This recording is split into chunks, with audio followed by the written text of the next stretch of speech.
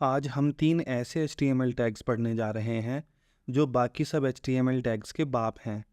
हम बात कर रहे हैं HTML हेड और बॉडी टैग्स की। पर आगे बढ़ने से पहले एक आसान सा सवाल, अगर वेबसाइट पे ऐसी एक हेडिंग दिखानी हो तो क्या करोगे? सर, कोड में एक H1 टैग लिख देंगे और उस पे CSS लगा देंगे कलर कोलन रेड। असल में ये आंसर पूरी तरह सही नहीं है। एक बहुत इम्पोर्टेंट टॉपिक है जो अब तक हमने आपको नहीं पढ़ाया। उसकी वजह से हम कोड में एक बड़ी गलती करते आ रहे हैं। HTML कोड लिखना शुरू करने से पहले हमें ब्राउज़र को बताना पड़ता है कि हम HTML लैंग्वेज का कौन सा वर्ज़न यूज़ करने जा रहे हैं। HTML का लेटेस्ट वर्ज़न है HTML5। इस कोर्स में हम HTML का वर्ज़न 5 ही पढ़ रहे हैं और हमेशा वो ही यूज़ करेंगे। HTML5 यूज़ करने के लिए हमें कोड के शुरू में लिखना होगा doctype HTML। मान लो हम HTML का कोई पुराना वर्ज़न यूज़ कर रहे होते, जैसे कि HTML 4.01। उसके लिए हमें ये लिखना होता, पर हमें तो HTML5 यूज़ करना है, इसलिए इस लंबी चौड़ी कहानी पे ध्यान देने की ज़रूरत नहीं है। हमें तो HTML कोड के शुरू में हमेशा बस doctype HTML ही लिखना है। ध्यान दें कि doctype लिखते समय शुरू में एक एक्सक्लेमेटरी मार्क भी लिखना होता है। अब तक के कोड में पहली गलती तो हम यही करते आ रहे थे कि doctype नहीं लिखते थे, पर उसके अलावा हम एक गलती और करते आ रहे हैं। हमेशा कोई भी और टैग लिखने से पहले HTML टैग लिखना पड़ता है और फिर उसके अंदर लिखने होते हैं हेड और बॉडी टैग। स्टाइल टैग समेत सारा CSS कोड हमेशा लिखा जाता है हेड टैग के अंदर और सारा HTML कोड लिखा जाता है बॉडी टैग के अंदर। एक बार फिर से दोहराते हैं, हमेशा HTML का कोड लिखते समय फाइल में सबसे पहले लिखोगे doctype HTML, फिर लिखोगे HTML टैग और HTML टैग के अंदर लिखोगे हेड और बॉडी टैग।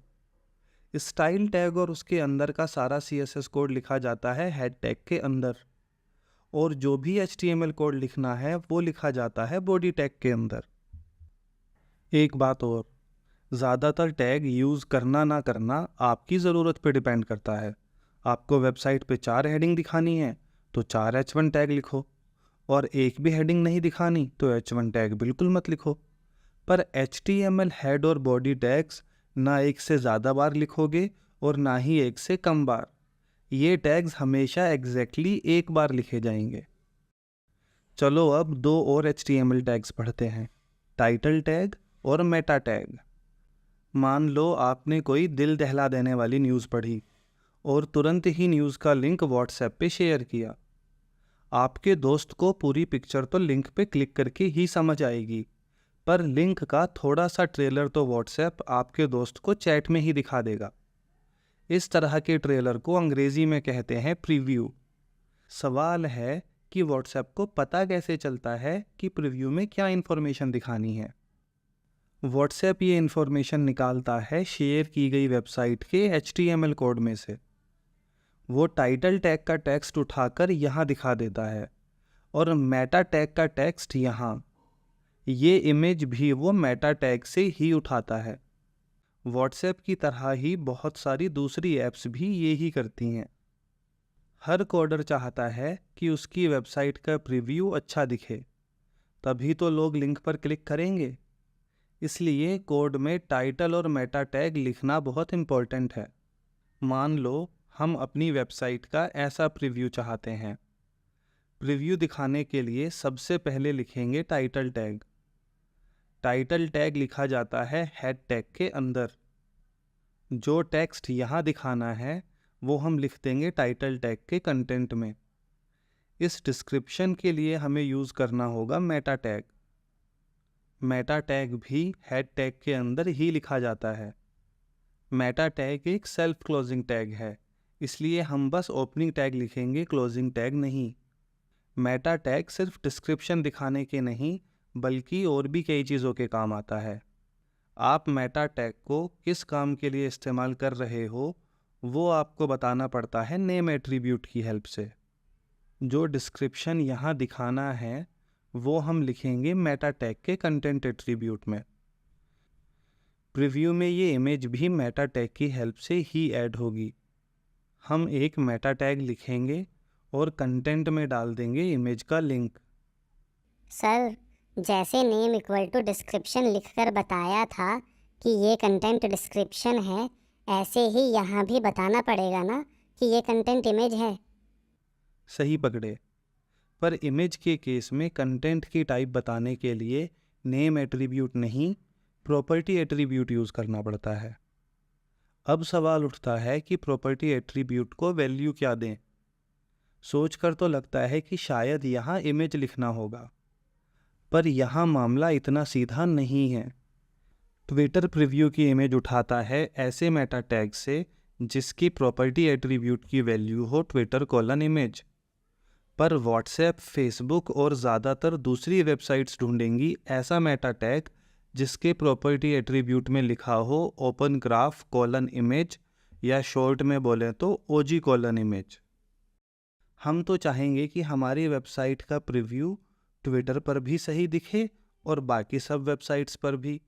इसलिए हमें इमेज वाला मेटा टैग 2 बार लिखना पड़ेगा, एक बार OG:image लिखकर और एक बार Twitter:image लिखकर।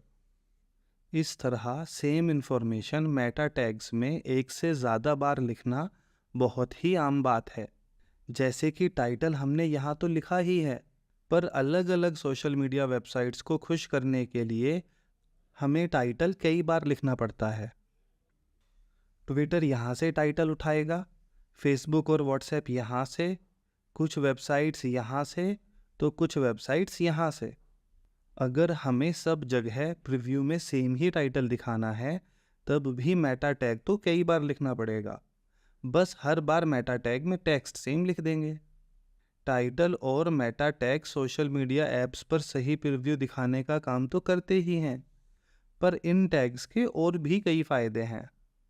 जब भी कोई यूज़र हमारी वेबसाइट खोलेगा तो उसे ब्राउज़र के टैब में यही टाइटल दिखेगा। इसके अलावा जब भी कोई यूज़र हमारी वेबसाइट को इंटरनेट पर सर्च करेगा तो सर्च रिजल्ट्स में गूगल यही टाइटल और डिस्क्रिप्शन दिखाएगा। मेटा टैग्स का काम है दूसरे सॉफ्टवेयर्स को हमारी वेबसाइट की इन्फॉर्मेशन देना। वो सॉफ्टवेयर कोई सोशल मीडिया साइट हो सकती है, कोई सर्च इंजन हो सकता है, कोई ब्राउज़र हो सकता है या कोई और सॉफ्टवेयर भी। एक बात और, टाइटल और मेटा टैग्स प्रीव्यू में तो दिखते हैं और ब्राउज़र टैब में भी, पर ये वेबसाइट पे शो नहीं होते। टाइटल, डिस्क्रिप्शन और इमेज के अलावा और भी कई तरह के मेटा टैग्स होते हैं, पर वो पढ़ेंगे कोर्स में आगे। फ़िलहाल चलते हैं नेक्स्ट टॉपिक पे। अभी तक तुम सारा कोड योगी के ऑनलाइन एडिटर में लिखते आ रहे हो। प्रैक्टिस के लिए ये सबसे आसान सॉल्यूशन है क्योंकि ये मोबाइल पे भी काम करता है और कोई एक्स्ट्रा ऐप इंस्टॉल करने की ज़रूरत भी नहीं पड़ती। पर अगर आपके पास कंप्यूटर है तो HTML कोड लिखने का एक आसान तरीका और है। कोई भी टेक्स्ट एडिटर ओपन करो, जैसे कि नोटपैड, एक नई फाइल बनाओ, फिर उस फाइल को किसी भी नाम से सेव कर लो।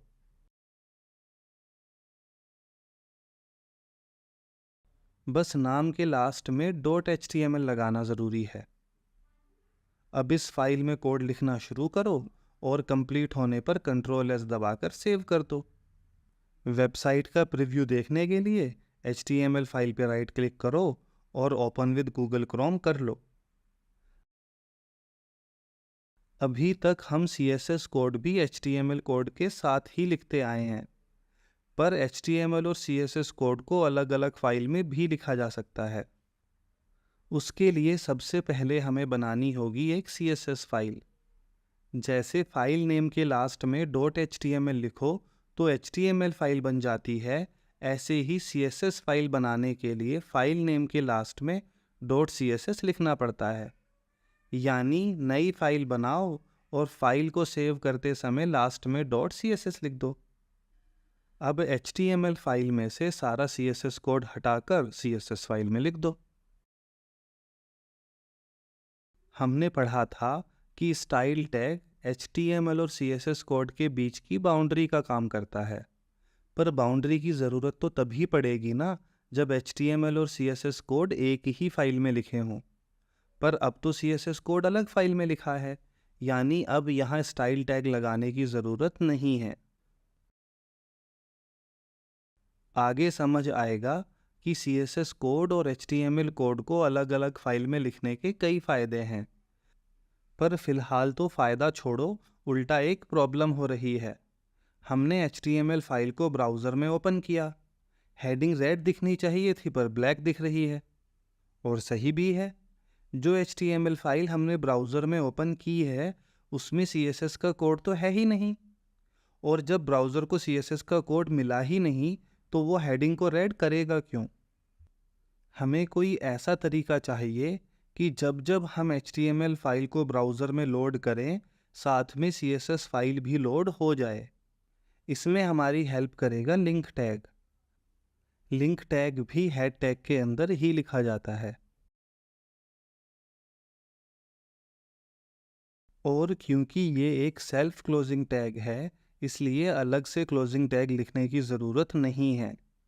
लिंक टैग के REL एट्रीब्यूट में लिखा जाता है फाइल का टाइप।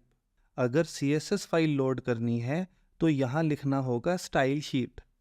ऐसा इसलिए क्योंकि CSS को स्टाइल शीट भी कहा जाता है, बल्कि CSS की तो फुल फॉर्म ही होती है cascading style sheet. REL attribute के अलावा हमें एक एट्रीब्यूट और लगाना पड़ेगा, वो है href एट्रीब्यूट। जो भी फाइल आपको लोड करानी है उसका एड्रेस आपको यहाँ लिखना होगा। अब HTML फाइल ब्राउज़र में ओपन करने पर CSS फाइल हमेशा साथ में लोड होगी। देखो अब हमारी हेडिंग रेड हो गई है। हम चाहें तो एक से ज़्यादा CSS फाइल भी लोड कर सकते हैं। जितनी CSS फाइल लोड करनी है बस उतने लिंक टैग लिखते जाओ।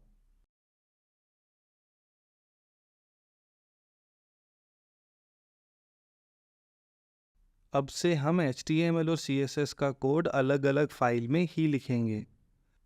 अब तुमको कोडयोगी के एडिटर में भी HTML और CSS के लिए दो अलग अलग फाइल्स देखने को मिलेंगी। एक बात और, वैसे तो डॉक टाइप लिखना और HTML हेड और बॉडी टैग लिखना ज़रूरी होता है, पर कोडयोगी एडिटर की HTML फाइल में आपको ये नहीं लिखने हैं। सीधा वो कोड लिखो जो बॉडी टैग के अंदर लिखना था। सर, फिर ब्राउज़र को कैसे पता चलेगा कि हमारा कोड HTML के किस वर्जन में लिखा है, और CSS फाइल कैसे लिंक होगी?